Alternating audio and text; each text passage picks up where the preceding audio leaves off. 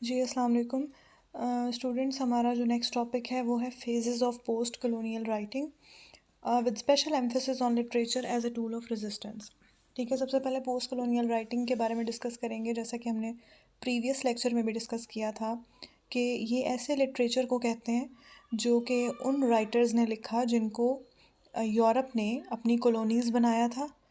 और इन लोगों ने जैसे भी इनकी माइंड पे जो इम्पेक्ट हुआ उस कॉलोनियलिज़म का, उनकी सोसाइटी पे जो इम्पेक्ट हुआ और उनकी तरफ से जो रेजिस्टेंस आई, उसकी डोमिनेशन, जो यूरोपियन कंट्रीज़ की डोमिनेशन और उनकी लेगेसी के ख़िलाफ़, वो सारी चीज़ें उनके बारे में जो कुछ लिखा गया वो पोस्ट कॉलोनियल राइटिंग में आता है। ये सिर्फ पॉलिटिकल और इकोनॉमिक कंट्रोल नहीं था, बल्कि कल्चरल डोमिनेशन थी। जैसा कि मैंने पिछले लेक्चर में आपको बताया था कि जो कॉलोनाइज़र्स थे उनका ये एक एजेंडा था, और वो अपने इस अमल को इस तरह से जस्टिफाई करते थे कि यहाँ पर जो लोग रह रहे हैं इनको जीने का तरीका नहीं आता, ये अनसिविलाइज्ड लोग हैं और हम इनको एजुकेट करने और सिविलाइज करने आए हैं। तो वो इनके कल्चर्स को बिल्कुल डिनाई करते थे। इनकी जो सोशल नॉर्म्स वगैरह थे उनका मजाक उड़ाते थे, या फिर उसको उसको प्रैक्टिस के काबिल नहीं समझते थे, और ये इस तरह से शो करवाते थे कि हम तुम्हें जीने का नया तरीका सिखा रहे हैं, ढंग सिखा रहे हैं। तो कल्चर को भी इस तरह से डिनाई किया गया। और पोस्ट कॉलोनियल राइटर्स ने फिर क्या किया कि अपनी राइटिंग्स के थ्रू ये जो कल्चरल डोमिनेंस थी इसकी रेजिस्टेंस को शो करवाया, और ये पैगाम दिया सबको कि ये तमाम ममालिक जो थे, इन सब का अपना एक कल्चर था और अपने सोशल नॉर्म्स थे जिनको उन्होंने सप्रेस किया। फेमस राइटर्स जो इस दौर के हैं उनका ज़िक्र हुआ है यहाँ पे नेक्स्ट। और फिर आ जाती हैं phases of post colonial writing. ठीक है, फर्स्ट फेज़ है द इमिटेशन फेज़। जिस टाइम पर कॉलोनियल पीरियड अभी तक चल रहा था, उस टाइम पे जो राइटिंग्स लिखी गई वो द इमिटेशन फेज़ में आती हैं। फिर सेकंड पे है नेशनलिस्ट फेज़, और फिर है लिबरेशन और पोस्ट इंडिपेंडेंस फेज़। इनको हम डिटेल में डिस्कस करते हैं। ये जो फर्स्ट वन है इमिटेशन फ़ेज़, ये उस टाइम पर लिखी जा रही थी जब कॉलोनाइज़र्स अभी तक वहाँ पर मौजूद थे, और इस टाइम पर ऐसा नहीं था कि रेजिस्ट किया जा रहा था, बल्कि उन्हीं की लैंग्वेज को, उनके कल्चर को इमिटेट यानी कॉपी किया जा रहा था इन राइटिंग्स में जो कि ये लोग लिख रहे थे। यानी उस टाइम पे अभी रेजिस्टेंस सामने नहीं आई थी, बल्कि उनको कॉपी करने की कोशिश की जा रही थी।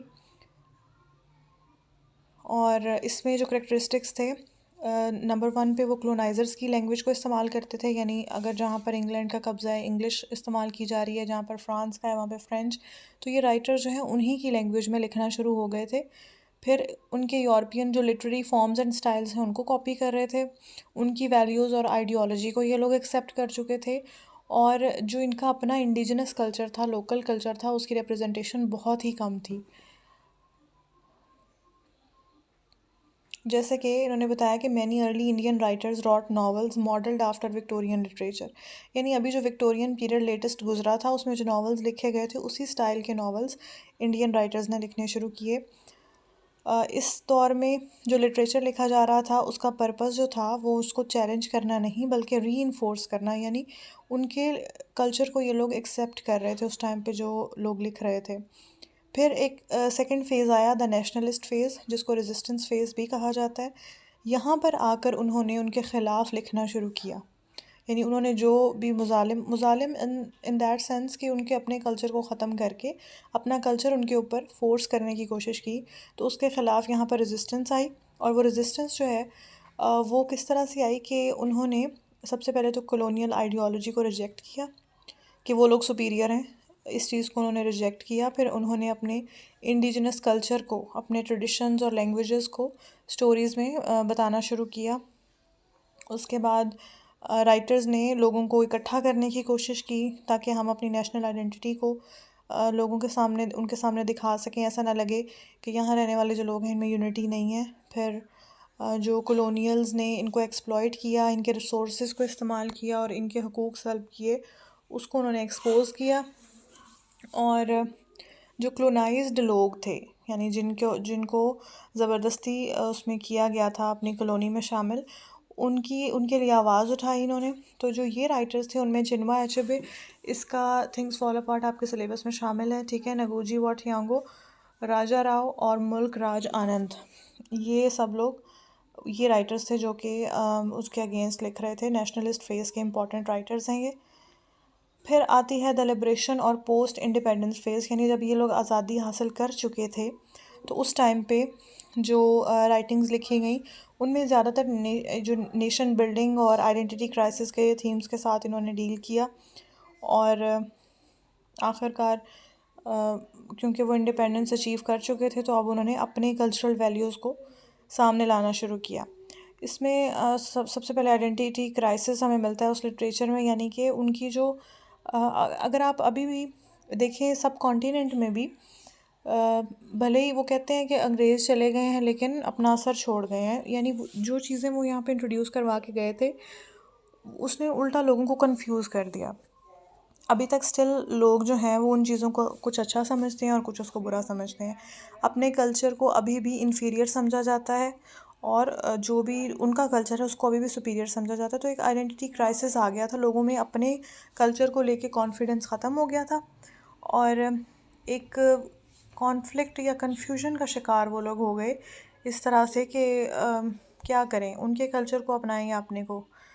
फिर न्यू गवर्नमेंट्स के ऊपर जो है वो तनकीद शुरू हो गई।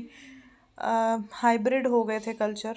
वही बात है कि समझ नहीं आ रही कि अपना कल्चर ज़्यादा बेहतर है या उनका ज़्यादा बेहतर है, तो लोगों में एक प्रेजुडिस आ गया था उसके बाद। फिर डायस्पोरिक एक्सपीरियंसेस, यानी बहुत सारे लोगों को माइग्रेशन करनी पड़ी और उनका अपना कल्चर जो है वो डिस्प्लेस हुआ। इसमें इम्पॉर्टेंट राइटर सलमान रश्दी हैं, अरुंधति रॉय है, डेरेक वॉलकॉट है और वी.एस. नैपॉल है। इन लोगों ने इस फेज़ में लिखा। फिर नेक्स्ट हमारा जो सब टॉपिक इसमें आता है कि लिटरेचर को कैसे as a tool of resistance इस्तेमाल किया गया। सबसे पहला काम उन्होंने क्या किया, चैलेंजिंग द कॉलोनियल स्टीरियोटाइप्स, यानी उन्होंने जो एक कॉन्सेप्ट दिया कि हम सुपीरियर हैं और तुम लोग इन्फीरियर हो, इस स्टीरियोटाइप को उन्होंने चैलेंज किया।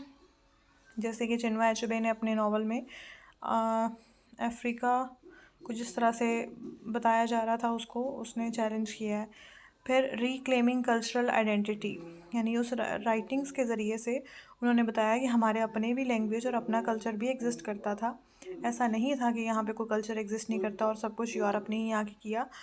फिर री राइटिंग हिस्ट्री, यानी कोलोनाइजर्स ने जो हिस्ट्री में तब्दीलियाँ की, जो उसके तारीख़ को तब्दील करने की कोशिश कर दी, माजी में जो कुछ होता रहा था तो उसको इन्होंने री राइट किया ताकि हम आगे आने वालों को सही तरह से बता सकें कि हकीकत क्या है।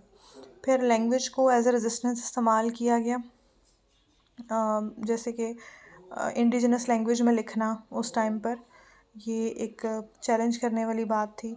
Mixing local language with colonial language, यानी उनकी लैंग्वेज में अपनी ज़बान शामिल करके, ये भी एक तरह से रेजिस्टेंस की निशानी थी। फिर न्यू लिंग्विस्टिक स्टाइल्स को बनाया गया, ठीक है। Giving voice to the marginalised, यानी ऐसे लोग जिनकी बात नहीं सुनी जाती थी उनको भी आवाज़ देने की कोशिश की गई। तो ये सारे इस फेजेस में हुआ, 3 फेजेस जो कि पोस्ट कॉलोनियल लिटरेचर की हैं और आगे इसकी इम्पोर्टेंस बताई हुई है। इसको आप लोग डिटेल में पढ़ें और अगर कोई आपका क्वेश्चन है तो आप मुझसे पूछ सकते हैं। Thank you.